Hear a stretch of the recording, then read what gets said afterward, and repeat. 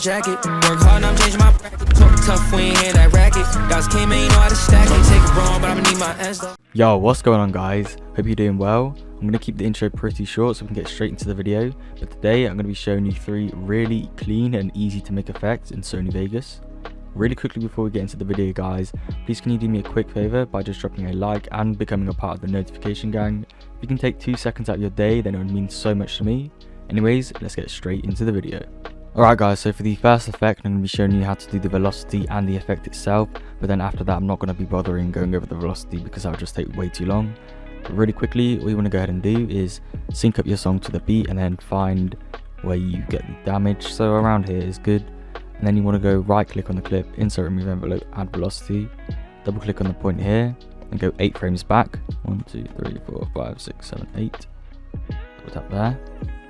And then go 1 frame forward, and in between here just double click again, so about half a frame, put that on 50% and then put this to 300%. So that is the velocity. Now that you've done the velocity, we can start adding the effects. All you want to go ahead and do is split the clip exactly where the middle velocity point is. Split that there. And now we're going to go ahead and go to the plugins and go to S_raise. Then you want to drag on the default version and copy my settings right here. So just copy all of these down. Once you've copied these, just add a keyframe or animate the raise brightness. And then go to the end of your clip and put this all the way down to 0. Then after that, we're going to be adding S_shake. Just drag and drop the default version on and copy my settings here. Now animate it, go 8 frames in. 1, 2, 3, 4, 5, 6, 7, 8. Put this all the way down to 0 and then go 2 frames behind this. So go 1, 2 and then put this back up to 2.25. And there you're going to have your impact shake. Now that once you've done that, you want to go quite a few frames back here. So just before you get the kill, split the clip. Actually, I'm going to go a little bit further back than that. Let's go here. Then you want to go ahead and search film damage. And you can drag on the default version and copy my settings. To copy these settings, you want to animate it. So I'm just going to animate, start with 0 here. And then right at the end, we're going to go all the way back up to 10. Then same thing with this right here. Animate that there. And drag this all the way down to 0 at the end. Then you also want to drag in tint. Drag on the default, and then first you want to animate this here, and you want to animate the source saturation. Go to the end, change this to 0.7, and you want to change the source saturation to 0.6. Now you should have something a little bit like this.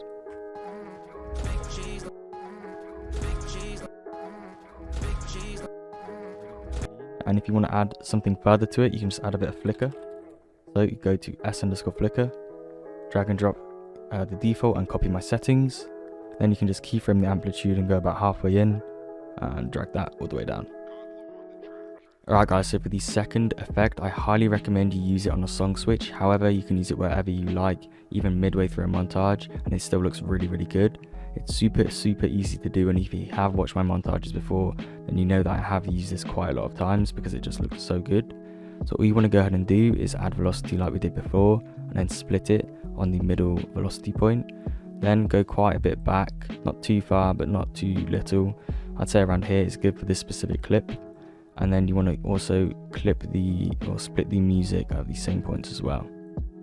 Now we want to add effects onto the music, so just click on the effects tab, go to amplitude modulation. We do not need any presets for this. This is all built into Vegas already, so then you can just go to the preset section and add wacky in. Don't have to edit anything, just leave it like that and close it. Now this is going to sound quite weird, but trust me, we can make it look good.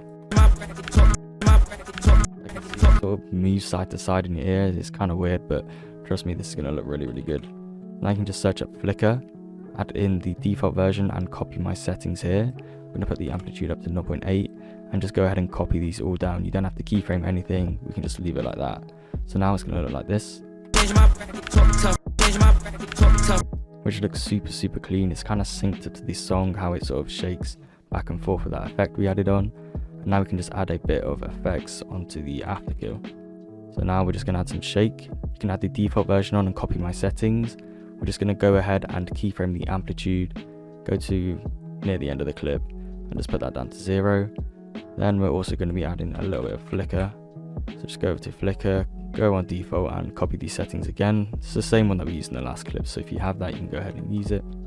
Just keyframe it, go about halfway through, and yeah, we can just put the amplitude all the way down, and that's about it. This is what it looks like.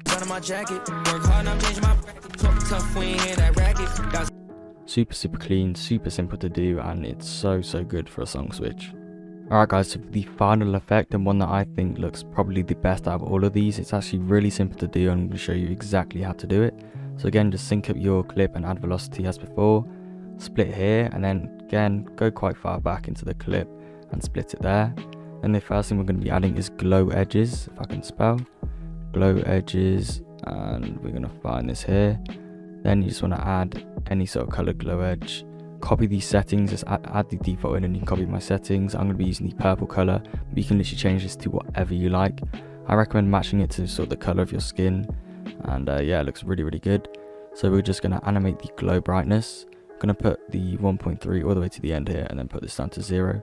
So the glow brightness is gradually going to start to fade in and be there. So now what we also want to go ahead and add is pinch punch. Just drag and drop in your pinch punch. And then what you want to go ahead and do is start this off at 0, and I'd say go about 10 frames back. So 1, 2, 3, 4, 5, 6, 7, 8, 9, 10.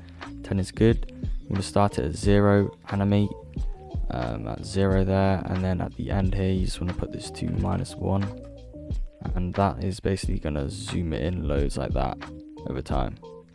So now that you've got that, it's going to look something a bit like this, which looks really clean. The pinch punch looks so good when it hits the beat and just expands back out. And after this, you want to add some effects. Just go ahead and add some glow, BCC glow, and you want to go ahead and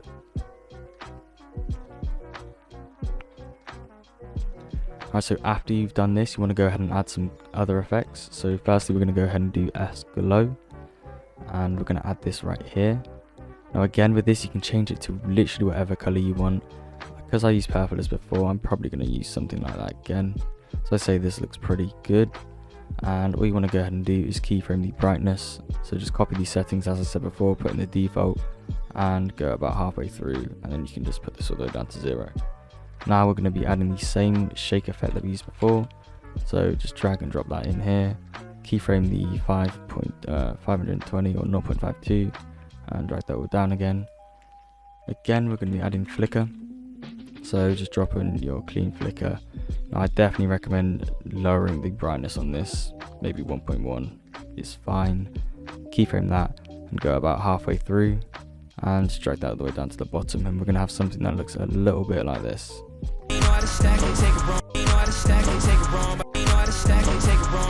Which looks really clean. Honestly, the glow on this just looks so nice. I really do like it, and I think it looks so good. So guys, that's going to be the end of the video here. I really hope you did enjoy and these effects were useful for you. If you would like a part 2, let's smash 300 likes and I will definitely get that out for you guys.